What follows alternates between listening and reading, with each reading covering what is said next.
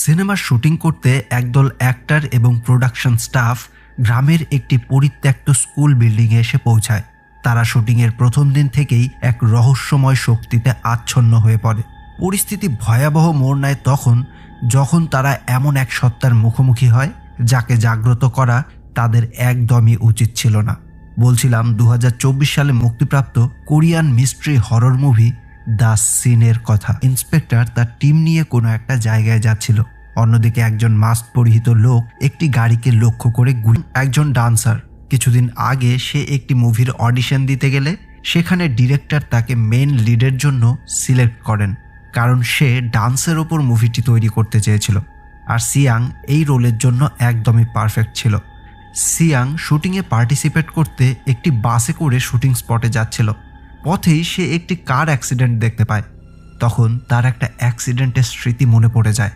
কিছুক্ষণ পর সিয়াং শুটিং স্পটে এসে পৌঁছায়। মুভির শুটিং একটি হাই স্কুলের বিল্ডিংয়ে হতে যাচ্ছে। অ্যাসিস্ট্যান্ট ডিরেক্টর সিয়াংকে ওয়েলকাম জানায়। স্কুলে পৌঁছতেই সিয়াং এক ভয়ঙ্কর অভিজ্ঞতার সম্মুখীন হয়। হঠাৎ ছাদ থেকে একটি মেয়ের ডেড বডি তার সামনে এসে পড়ে। সিয়াং ভীষণ ঘাবড়ে যায়, কিন্তু আসলে এটা একটা ফেক ডেড বডি ছিল, যেটা ডিরেক্টর তার শুটিংয়ের জন্য ব্যবহার করবে। সিয়াং এই ইনসিডেন্টে দারুণভাবে ভীত হয়ে পড়ে, তাই সে একটা রুমে রেস্ট নিতে আসে। তখন ডিরেক্টর জাং তার টিমকে অনেক কথা শোনাতে থাকে। তারা তাদের কাজে কোনো সিরিয়াস নয়, এই ডেড বডিটা পরে পড়ার কথা, তাদের কাছে তেমন সময় নেই। আর তাছাড়া কিছুক্ষণ পরেই অন্ধকার হয়ে গেলে শট নেওয়া আর পসিবল হবে না। সিয়াং এই সব কিছু শুনে বলে, আমি শট দিতে রাজি আছি। সে ফ্রেশ হতে ওয়াশরুমে আসে। তখন তার সাথে সেখানে চেয়ন নামের একটি মেয়ের দেখা হয়। চেয়ন আর সিয়াং একে অপরের পূর্ব পরিচিত। চেয়নও এই মুভিতে লিড ক্যারেক্টার প্লে করছে, কিন্তু তারা কেউই জানতো না যে দুজন এই মুভিতে একসাথে কাজ করছে। সিয়াংয়ের মনে পড়ে ডিরেক্টর জাং তাকে বলেছিল এটা একটা এক্সপেরিমেন্টাল মুভি হবে, যেখানে আধুনিক ডান্সের পাশাপাশি প্রাচীনের সমস্ত ধরনের ডান্সের সংমিশ্রণ থাকবে। সিয়াং এবং চেয়ন একসাথে তাদের স্কুল লাইফের গল্প করতে থাকে। এরপর সিয়াং ডিরেক্টর জাংয়ের সাথে কথা বলতে আসে। সে জানতে চায় কেন তাকে জানানো হয়নি যে মুভিতে আরেকজন লিড ক্যারেক্টার রয়েছে। জাং বলে, কিন্তু মুভির লিড ক্যারেক্টার শুধু একজনই, সেটা হচ্ছে তুমি।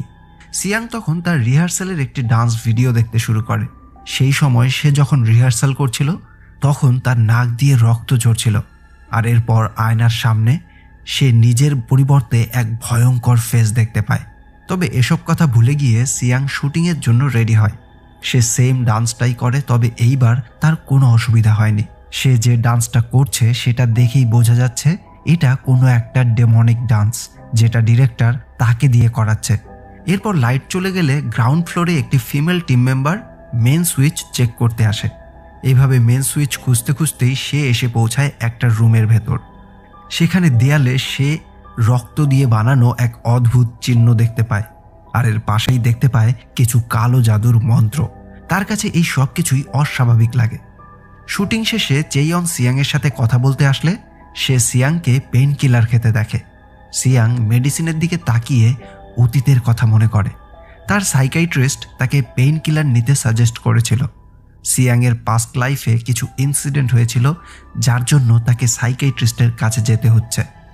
কিছুক্ষণ পর চেয়ন শুটিংয়ে অংশ নেয়, আর তার ডান্সের সিকোয়েন্সটা শ্যুট হবে ছাদে। একই সময়ে সিয়ং নিজেকে রিল্যাক্স করানোর জন্য একা একা নিজের রুমে ডান্স করতে থাকে। তখনই সে একটি মেয়ের চিৎকারের আওয়াজ শুনতে পায়। সিয়াং বাইরে এসে কিছু দেখতে পায় না। উপরে অ্যাসিস্ট্যান্ট ডিরেক্টর জাংকে বলে, যা শুটিং হচ্ছে এইগুলো স্ক্রিপ্ট কোথাও লেখা নেই। জাং বলে, যেমনটা হচ্ছে হতে দাও। তারপর শুটিংয়ে সিয়াং এবং চেইন দুজনেই একসাথে অংশ নেয়। তারা দুজন একসাথে ডান্স করে। ডান্স করতে করতেই সিয়াং রুফটপ থেকে লাফ দিয়ে ফ্লোরে পড়ে যায়। তবে রুফটপ থেকে সেই ফেক ডেড বডিটিকে ফেলা হয়। সিয়াং এইরকম সুইসাইডের অ্যাক্টিং করতে গিয়ে অসুস্থ হয়ে পড়ে, এমনকি সে ভমিটও করে। তখনই সিয়াং এবং চেইন তাদের বিল্ডিং থেকে পাশের বিল্ডিংয়ের ছাদে কিছু মানুষকে দেখতে পায়। সেই মানুষগুলো ওই ছাদে লাল রং দিয়ে কোনো এক কাল্ট গ্রুপের সাইন আঁকছিল। এদিকে অ্যাসিস্ট্যান্ট ডিরেক্টর তার টিম মেম্বারকে গ্রাউন্ড ফ্লোরে খুঁজতে আসে। অ্যাসিস্ট্যান্ট ডিরেক্টর দেখতে পায় মেয়েটিও অসুস্থ বোধ করছে, তাই সে মেয়েটিকে হেল্প করতে আসে। কিন্তু তখনই মেয়েটি অ্যাসিস্ট্যান্ট ডিরেক্টরকে স্ক্রু ড্রাইভার দিয়ে আঘাত করে মেরে ফেলে। সেই সময় জাং কিছু একটা উপলব্ধি করে মুচকি হাসে। অর্থাৎ এই সব কিছুর পেছনে জাংয়ের বিশাল বড় প্ল্যান রয়েছে। এদিকে সবাই নোটিস করে একসাথে সকলের ফোনে নেটওয়ার্ক চলে গেছে। আর তখনই ওই মেয়েটি ছাদে চলে আসে। তাকে দেখে সবাই অবাক হয়, কারণ তার পুরো শরীরে রক্তের দাগ লেগেছিল। সবাই তাকে জিজ্ঞেস করে, তোমার কি হয়েছে, এই অবস্থা কেন? কিন্তু মেয়েটি কারো কথার কোনো উত্তর দেয় না। সে সিয়াংয়ের দিকে ভয়ঙ্কর দৃষ্টিতে তাকিয়ে থাকে, আর এরপর ছাদ থেকে ঝাঁপ দিয়ে সুইসাইড করে নেয়। কেউ বুঝতে পারে না হঠাৎ করে কি এমন হয়ে গেল। নিচে একজন টিম মেম্বার মেয়েটির বডি চেক করতে আসে, দেখতে পায় মেয়েটি মারা গেছে। তারা সবাই ঘাবড়ে যায় যে হঠাৎ করে কি এমন হলো। আর ঠিক সেই সময়ই মেয়েটি আবার জেগে ওঠে, আর সে এখন জম্বিতে পরিণত হয়েছে। সাথে সাথেই লোকটিকে সে অ্যাটাক করে। সিয়াং নিজের চোখকে বিশ্বাস করতে পারছিল না।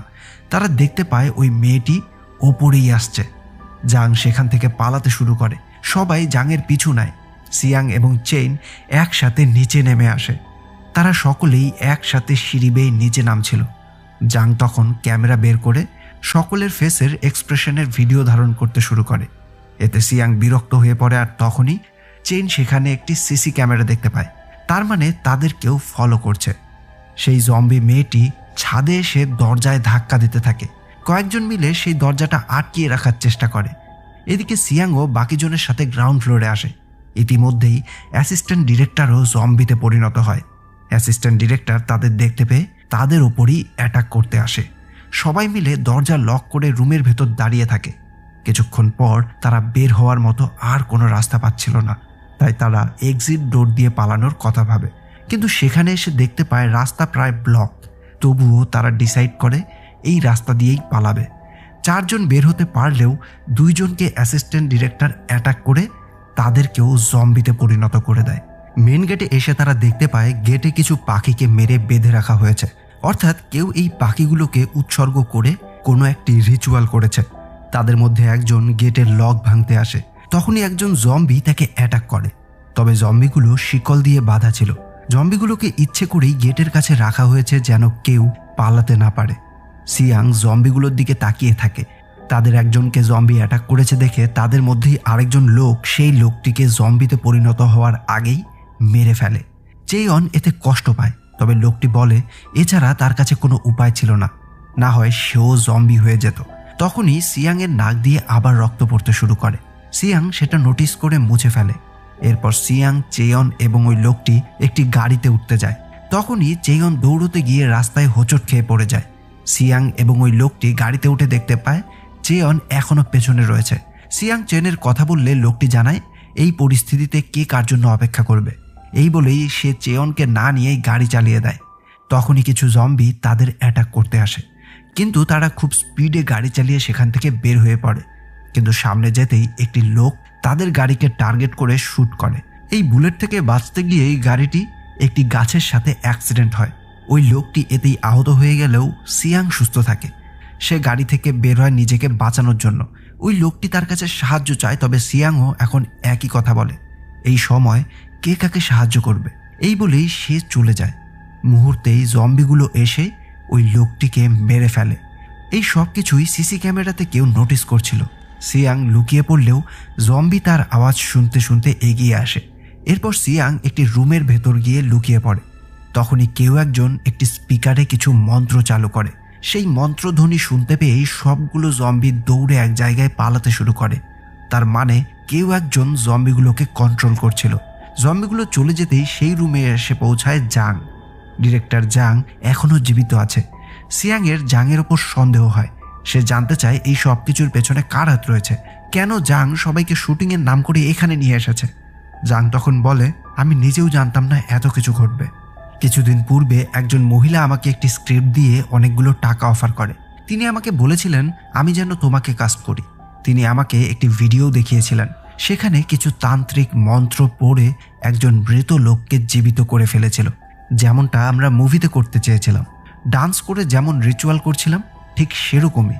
কিন্তু আমি এখন বুঝতে পারছি এটা একটা ট্র্যাপ ছিল। এখানে সব কিছুই পূর্ব পরিকল্পিত। এই বলেই জাং রুম থেকে বেরোচ্ছিল, তবে তখনই একটি বুলেট এসে জাংয়ের কপাল ভেদ করে। জাং সেখানেই মারা যায়। একজন পুলিশ অফিসার ভেতরে এসে সিয়াংকে বাইরে নিয়ে আসে।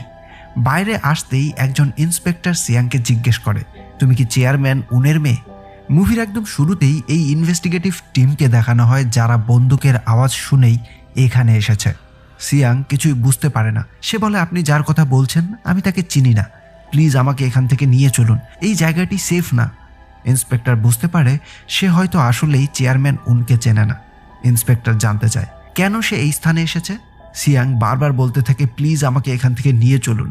আর ঠিক তখনই একজন পুলিশ গাড়িতে থাকা ওই লোকটির ডেড বডি দেখতে পায়। সবাই ডেড বডিটিকে দেখতে এগিয়ে আসে, তবে ততক্ষণে ওই লোকটিও জম্বিতে পরিণত হয়ে যায়। সিয়াং তখনই পালাতে শুরু করে। সিয়াংকে পালাতে দেখে ইন্সপেক্টর তাকে 2 বার শুট করে, তবে ভাগ্যক্রমে বুলেটটি তাকে স্পর্শ করতে পারে না, যেন কোনো অদৃশ্য শক্তি তাকে প্রোটেক্ট করছে। এতে ইন্সপেক্টর ভীষণ অবাক হয়ে যায়, কারণ আজ পর্যন্ত তার কোনো টার্গেট মিস হয়নি। একজন পুলিশ সিয়াংয়ের পিছু নেয়। সিয়াং দৌড়তে থাকে, আর কিছুক্ষণ পরই একটি জম্বি ইন্সপেক্টরকেও অ্যাটাক করতে আসে, কিন্তু ইন্সপেক্টর জম্বিটিকে শুট করে মেরে ফেলে। এদিকে সেই পুলিশটি সিয়াংকে ধরে ফেলে। সিয়াং জানায় সে মানুষকে জম্বিতে পরিণত হতে দেখেছে। তারা কয়েকজন মিলে একটি মুভির শুটিং করতে এখানে এসেছিল। ঠিক তখনই একজন লোক এসে পুলিশটিকে শুট করে মেরে ফেলে। লোকটির ফেস কাপড়ের মাস্ক দিয়ে ঢাকা ছিল। সেই পুলিশটিও সাথে সাথেই মাস্ক পরিহিত লোকটিকে শুট করে। সেখানেই দুজনেই একসাথে মারা যায়। এদিকে অনেকগুলো মাস্ক পরিহিত ব্যক্তি ইন্সপেক্টর ও তার টিমকে ঘিরে ফেলে। সেই লোকগুলোকে নেতৃত্ব দিচ্ছিল ম্যানেজার পার্ক নামের একটি লোক। পার্ক চেয়ারম্যান উনের আন্ডারেই কাজ করে। কিছুক্ষণ পরই সিয়াংকে বাঁচাতে জঙ্গলে চেইয়ন আসে। চেইয়ন এখনও সার্ভাইভ করতে পেরেছে। সে সিয়াংকে নিয়ে জঙ্গল দিয়ে পালানোর সময় দেখতে পায় সেখানে কোনো রিচুয়াল হয়েছিল। এত কিছু দেখে সিয়াং পুরোপুরি ভেঙে পড়ে। চেইয়ন কিছুটা দূরে পেট্রোল পাম্প দেখতে পেয়ে সিয়াংকে নিয়ে সেখানে আসে। চেইয়ন পুলিশের কাছে রিপোর্ট করে। সিয়াং ফ্রেশ হওয়ার সময় নোটিস করে তার নাক দিয়ে আবার রক্ত ঝরছে। তখনই সে আয়নাতে আবারও একটি ভয়ঙ্কর ফেস দেখতে পায়। সিয়াং আসলে তার মৃত মায়ের ফেস দেখতে পাচ্ছিল। রুমে এসে সিয়াং তার মায়ের কথা মনে করে। তার মা মেন্টালি আনস্টেবল ছিল, কিন্তু সে সিয়াংকে ভীষণ ভালোবাসত, তার কেয়ার করত। চেয়ন এসে সিয়াংকে 1 বোতল জল দেয়। তখন সিয়াং জানতে চায় তাকে যে সে ফেলে চলে এসেছিল এতে কি সে কষ্ট পায়নি। চেয়ন বলে এই অবস্থায় কে কার খবর রাখে। সিয়াং তখন তার মায়ের গল্প চেয়নের সাথে শেয়ার করে। সে জানায় একদিন তার মা তার কাছে একটু সময় চেয়েছিল, তার সাথে একটু কথা বলতে চেয়েছিল। তাই একদিন তারা দুজন গাড়িতে ঘুরতে বের হয়, আর তখনই সেই গাড়ির অ্যাক্সিডেন্টেই তার মায়ের স্পটেই ডেড হয়। এই কথা বলতে বলতেই সিয়াংয়ের মাথা ঘোরাতে শুরু করে, আর কিছুক্ষণের মধ্যেই সে সেন্সলেস হয়ে পড়ে। ফ্ল্যাশব্যাকে দেখানো হয় সিয়াং যখন স্কুলে ডান্স শিখছিল তখন জুনহি নামের একটি ছেলের সাথে তার সম্পর্ক গড়ে ওঠে। কিছুদিন পর তার বয়ফ্রেন্ড জুনহি কার অ্যাক্সিডেন্টে মারা যায়। সিয়াং সেই সময় পুরোপুরি ভেঙে পড়ে। এই সব কিছু মনে করতে করতেই সিয়াংয়ের সেন্স ফিরে আসে। সে নিজেকে অন্য একটি জায়গায় দেখতে পায়। তার সামনে মাস্ক পরিহিত কিছু লোক দাঁড়িয়ে আছে। সে দেখতে পায় একটি চেয়ারে তার হাত পা বাঁধা রয়েছে। সে ওই মানুষগুলোর কাছে সাহায্য চাইতে থাকে। এদিকে ওই মাস্ক পরিহিত টিমের লোকগুলো জম্বিগুলোকে শুট করে মারতে থাকে, আর এদের মধ্যেই একজন এসে সিয়াংকে সরাসরি গুলি করে। সিয়াংয়ের বুক থেকে অঝরে রক্ত ঝরতে থাকে, আর এরপরই সে মারা যায়। তবে মারা যাওয়ার কিছুক্ষণ পরই সে আবার জীবিত হয়ে ওঠে। সিয়াংয়ের সামনের মানুষটি বলে, তার মানে আমার অনুমান মিথ্যে ছিল না। সেই মানুষটি সিয়াংকে বলে, তোমার জন্য জুনহি বেঁচে নেই। একজন মা তার একমাত্র ছেলেকে হারিয়েছে। এই বলেই সে তার মাস্ক খুলে ফেলে। আমরা দেখতে পাই মাস্ক পরিহিত একজন মহিলা রয়েছে। আসলে এই মহিলাই হলো চেয়ারম্যান উন। সে সিয়াংকে বলে, আমি তোমাকে ভয়ঙ্কর মৃত্যু দেব। চেয়ারম্যান উন সিয়াংকে চর মেরে বলে, তোমার জন্যই আজ আমরা সবাই মনস্টারে পরিণত হয়েছি। অন্যদিকে কালো পোশাকে আরেকজন মানুষকে দেখানো হয়, যার ফেসও ঢাকা ছিল। সে এক শ্যামানিক ড্রেস পরে ছাদের দিকে যাচ্ছে, আর ছাদে এসেই আবার সেই শ্যামানিক জিওমেট্রিক ডান্স করছে। ফ্ল্যাশব্যাকে দেখানো হয় সিয়াং জুনহি নামের যে ছেলেটিকে পছন্দ করত সেই ছেলেটি চেয়ারম্যানের বোনের ছেলে। সিয়াং তাকে একটা লাভ লেটার দিয়ে প্রপোজ করে, তবে জুনহি তাকে রিজেক্ট করে দেয়। সিয়াং দেখতে পায় তারই ক্লাসের অপর এক মেয়ের সাথে জুনহি রিলেশনে আছে। এর কিছুদিন পরেই খুবই রহস্যজনকভাবে জুনহি কার অ্যাক্সিডেন্টে মারা যায়। জুনহির মৃত্যুতে তার প্রেমিকা খুবই ভেঙে পড়ে, যেটা সিয়াংও দেখতে পায়। এরপরই সিয়াং তার মার কাছে এসে প্রচুর কান্না করে। তার মা জিজ্ঞেস করে, তুমি এটা কেন করেছ? সে তো তোমারই বন্ধু। সিয়াং বলে, আমি খুবই দুর্ভাগ্যবান। এই বলেই সে কান্নায় ভেঙে পড়ে। এদিকে প্রেমিকের মৃত্যু সহ্য করতে না পেরে জুনহির প্রেমিকাও একটি লেকে ঝাঁপ দিয়ে সুসাইড করে নেয়। অন্যদিকে সিয়াংয়ের মাও সেদিন জুনহির ফিউনারেলে এসেছিল। সে দেখেছিল ছেলেকে হারিয়ে একজন মা কতটা ভেঙে পড়েছে। তার পুরো পৃথিবীটাই যেন তার কাছ থেকে কেড়ে নেওয়া হয়েছে, যেটা দেখে সিয়াংয়ের মা সহ্য করতে পারে না। এরপর সে চার্চে কনফেশনে বলে, ফাদার, আমার সব পাপের জন্য আমাকে ক্ষমা করে দেবেন তো? এরপরেই সে বাড়িতে গিয়ে নিজের মেয়ে অর্থাৎ সিয়াংকে কোনো একটা ইঞ্জেকশন দেয় এবং তাকে হাসপাতালে আনা হয়। সেই হাসপাতালেই পুলিশ এসে সিয়াংয়ের মাকে কোনো এক কারণে অ্যারেস্ট করে নিয়ে যায়।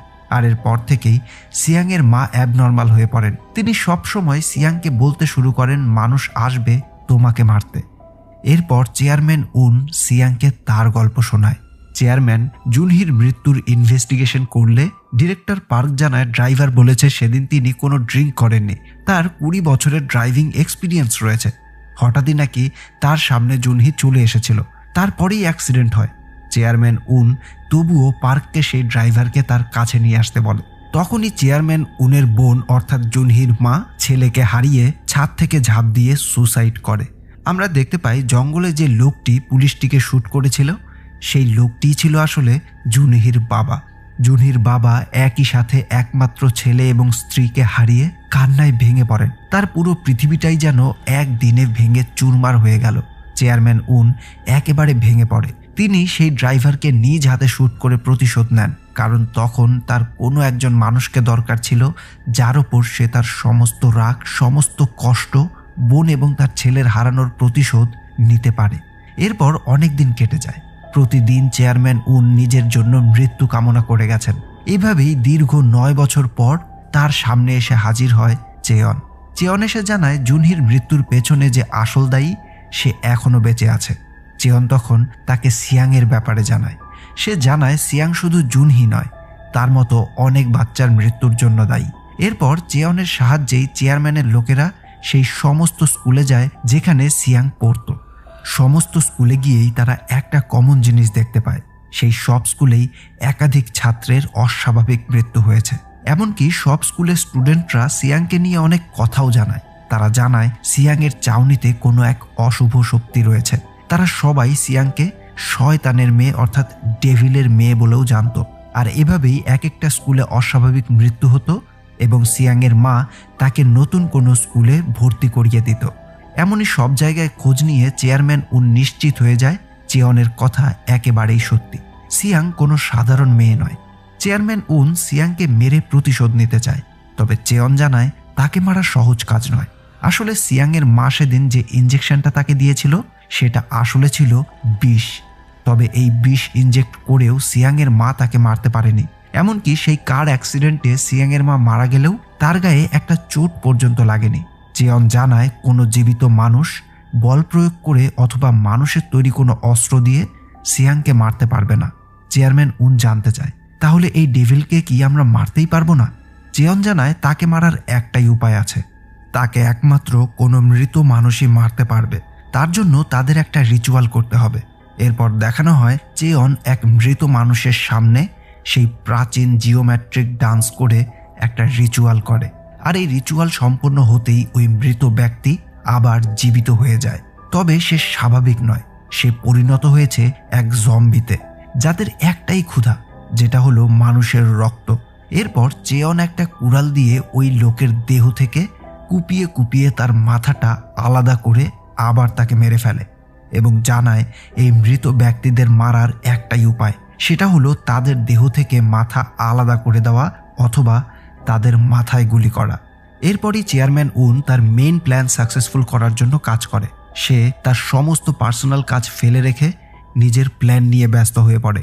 সে একটা বড় স্কুল কিনে নেয়, কারণ এই স্কুলটি ছিল একদমই ফাঁকা জায়গায়, আশেপাশে কেউ নেই। আর এই জায়গাতেই তার এই কাজকে সম্পন্ন করা সহজ হবে। এরপর তিনি ডিরেক্টর জাংকে অনেক টাকা অফার করে নিজের প্ল্যানে সামিল করে নেন। চেয়ন তাকে বলেছিল এই প্ল্যানে অনেক ইনোসেন্ট মানুষ মারা যাবে, তবে চেয়ারম্যান উন জানায় সে যেসব লোকেদের সিলেক্ট করেছে তারা কেউ চাইল্ড অ্যাবিউজ করেছে তো কেউ মলেস্টার, আর এরা সবাই ক্রিমিনাল। চেয়ারম্যান উনের নেতৃত্বে স্কুলের সব জায়গায় সিসি ক্যামেরা লাগানো হয় এবং স্কুলের চারপাশে রিচুয়াল করে চেয়ন একটি বাউন্ডারি বানিয়ে দেয় যাতে সেখানে সিয়াং তার এভিল ক্ষমতাটা প্রয়োগ করতে না পারে। আর এটাই জঙ্গলে পালানোর সময় সিয়াং দেখতে পেয়েছিল। তাদের প্ল্যান ছিল সিয়াংয়ের শক্তি এবং তার বডিকে ডিস্ট্রয় করে দেওয়া। এই সব কিছু শুনতে শুনতেই সিয়াং অনেক অসুস্থ হয়ে পড়ে। তার নাক মুখ দিয়ে রক্ত পড়তে শুরু হয়। সিয়াং নিরুপায় হয়ে বলতে থাকে তাকে সাহায্য করতে, তবে চেয়ারম্যান উন বলে এটা তার বোন এবং তার বোনের ছেলের মৃত্যুর প্রতিশোধ। এই বলেই সে তার টিম নিয়ে সেখান থেকে চলে যায়। তবে যাওয়ার সময় স্পিকারে সেই মন্ত্র চালু করে দিয়ে যায়। মন্ত্র শুনতেই সবগুলো জম্বি সিয়াংকে অ্যাটাক করে। তারা সিয়াংয়ের শরীরকে ছিঁড়ে খেয়ে ফেলে। তার মাথাটা বডি থেকে আলাদা হয়ে যায়। এরপর চেয়ারম্যান উন তার কাজ শেষ করে কালো পোশাকধারী মানুষটির কাছে আসে। এই মানুষটি আর কেউ নয় বরঞ্চ চেয়ন ছিল। চেয়ারম্যান উন চেয়নের কাছে জানতে চায়, তুমি কেন আমাকে এই কাজে সাহায্য করেছ? চেয়ন বলে, আমি আপনাকে সাহায্য করিনি, আমি শুধু আপনার অ্যাডভান্টেজ নিয়েছি। যদি আপনি কোনো পাপ করে থাকেন তাহলে আমার আপনাকে শাস্তি দেওয়া উচিত। এই বলেই চেয়ন সেখান থেকে চলে যায়। আর চেয়ারম্যান উন চেয়নের এই ব্যবহার দেখে অবাক হয়ে যায়। আর এরপরেই তিনি নিজেকে শ্যুট করে সুসাইড করে ফেলেন। চেয়ন গাড়ি চালিয়ে নিজের বাড়িতে আসে। সে ফ্রেশ হওয়ার জন্য ওয়াশরুমে আসে। তখনই আয়নার সামনে চেয়ন সিয়াংয়ের প্রতিচ্ছবি দেখতে পায়। আসলে সিয়াং এখন চেয়নের শরীরে আছে। যখন চেয়ন তাকে জলপান করার জন্য বোতল দিয়েছিল, সিয়াং জলপান করার পরেও সেন্সলেস হয়নি। তখন সেটা চেয়ারম্যান উনকে জানানোর জন্য চেয়ন ফোন করে। সেই সময়ই সিয়াংয়ের ডেভিল ফেসটা রিভিল হয়। চেয়ন বুঝতে পারে সিয়াং তার প্ল্যান সম্পর্কে বুঝতে পেরেছে, তাই সে সিয়াংকে অ্যাটাক করতে আসে। কিন্তু এখন তারা সেই স্কুলের বাউন্ডারি থেকে অনেকটা বাইরে আছে, তাই সিয়াংয়ের শক্তিও এখানে পুরোপুরি কাজ করছে। সিয়াংয়ের অদৃশ্য শক্তির কাছে চেয়ন বারবারই পরাজিত হতে থাকে। এক পর্যায়ে সিয়াং চেয়নকেই পরাজিত করে ফেলে। সিয়াং বলে, তুমি আমার শক্তির ব্যাপারে কি জানো? আমি তোমাকে বলছি। এরপর সিয়াং তার সমস্ত পাপের কৃতকর্মগুলো শোনাতে থাকে। স্কুলে জুনহি সিয়াংকে পছন্দ করত না। এই জন্যই সিয়াং একদিন জুনহির প্রেমিকার রূপ ধারণ করে জুনহিকে কিস করে। তবে এরপর জুনি যখন বুঝতে পারে এটা সিয়াং, সে তাকে ধাক্কা দিয়ে সেখান থেকে চলে যায়। বাড়ি এসে সিয়াং জুনহিকে না পাওয়ায় ভেঙে পড়ে। আর এরপরই সে জুনহিকে কন্ট্রোল করে রাস্তায় একটা গাড়ির সামনে নিয়ে আসে এবং তাকে মেরে ফেলে। যেটা সিয়াং পায়নি সেটা সে কাউকেই পেতে দেবে না। এমনকি জুনহির প্রেমিকাকে তার ফিউনারেলে কাঁদতে দেখে তার প্রতিও হিংসে হয় তার। আর এরপর সে তাকেও কন্ট্রোল করে এবং তাকে সুইসাইড করতে বাধ্য করে। আর এসব বলতে বলতেই বর্তমানে সিয়াং তার ক্ষমতা প্রয়োগ করে নিজেই চেয়নের রূপ ধারণ করে আর চেয়নকে দেয় তার রূপ। কিছুক্ষণ পর চেয়ারম্যানের লোকেরা এলে সিয়াং চেয়নকেই তাদের হাতে তুলে দেয়, কারণ চেয়নকে সে নিজের রূপ দিয়েছে। চেয়ারম্যান উন তখন চেয়নকেই মারছিল, কারণ কালো পোশাকে সিয়াং সেই সময় ছাদে নাচ করতে করতে চেয়নকেই কন্ট্রোল করছিল আর তাকে দিয়েই বলাচ্ছিল, আমি শেষ পর্যন্ত তার কাছে হেরেই গেলাম, প্লিজ আমাকে সাহায্য করুন। তবে উন তাকে সিয়াং ভেবে নিজে হাতে শ্যুট করে, এমনকি জম্বিদের দিয়ে তার দেহ থেকে তার মাথাটাই আলাদা করে ফেলে। অ্যাক্সিডেন্টের সময় সিয়াংয়ের মা তাকে বলেছিল, তুমি মানুষদের থেকে অনেক দূরে চলে যাও, তারা তোমাকে মারতে আসবে। সিয়াং তার মায়ের কথাগুলো মনে করে বলে, এরপর যেই আসুক আমি তাদের সবাইকেই মেরে ফেলব। মুভির একেবারে শেষে দেখানো হয় কয়েকজন সন্ন্যাসী চেয়নের অস্থিকে নদীতে ভাসাতে নিয়ে এসেছে। তাদের মধ্যেই একজন চেয়নকে নিজের মেয়ের মতন ভালোবাসেন। চেয়ন তারই শিষ্য ছিল। তিনি চেয়নকে বলেছিলেন সিয়াংয়ের মধ্যে যে এভিল, যে শয়তান রয়েছে তার সাথে সে হয়তো পেরে উঠবে না। তবে চেয়ন সিয়াংয়ের মতো একজন মনস্টারকে কিছুতেই বাঁচিয়ে রাখতে চায়নি, যার জন্য এতজন মানুষ প্রাণ হারাচ্ছে। তাই সে গিয়েছিল সিয়াংকে শেষ করতে। তবে শেষ পর্যন্ত সে নিজেই তার কাছে পরাজিত হয়েছে। আর এখন চেয়নের গুরু তার শিষ্যের এই মৃত্যু কিছুতেই মেনে নিতে পারেন না। তার শিষ্য তার কাছে মেয়ের মতন ছিল, তাই এবার তিনি যাবেন এই মনস্টারকে ধ্বংস করতে। তিনি চেয়নের মৃত্যুর প্রতিশোধ চান। আর এখন হবে সিয়াংয়ের সাথে আসল শক্তির মোকাবেলা। এই গল্পে বারবার শয়তানের জয় হয়েছে। সিয়াং ছোট্টবেলা থেকেই পাপ করে এসেছে। সে সব সময় তার শক্তির অপব্যবহার করেছে। আর সবশেষে সিয়াং নিজের শক্তি দিয়েই চেয়নকেও কন্ট্রোল করে শেষ বাজিমাতটা সম্পন্ন করেছে। আর এখন দেখার পালা চেয়নের অর্থাৎ তার শিষ্যের মৃত্যুর বদলা ইভিল সিয়াংয়ের থেকে নিতে পারে কিনা, যেখানে শুভ শক্তির সাথে অশুভ শক্তির দ্বন্দ্ব আমরা দেখতে পারবো। আর এখানেই এই গল্পের শেষ হয়। তো ফ্রেন্ডস, এই ছিল আজকের গল্প। গল্পটি কেমন লাগলো তো অবশ্যই জানিও। ভালো লাগলে একটা লাইক করে দিও, আর গল্প নিয়ে কোনো কনফিউশন থাকলে কমেন্টে জানিও। দেখা হবে পরের গল্পে। Till then, keep loving, by.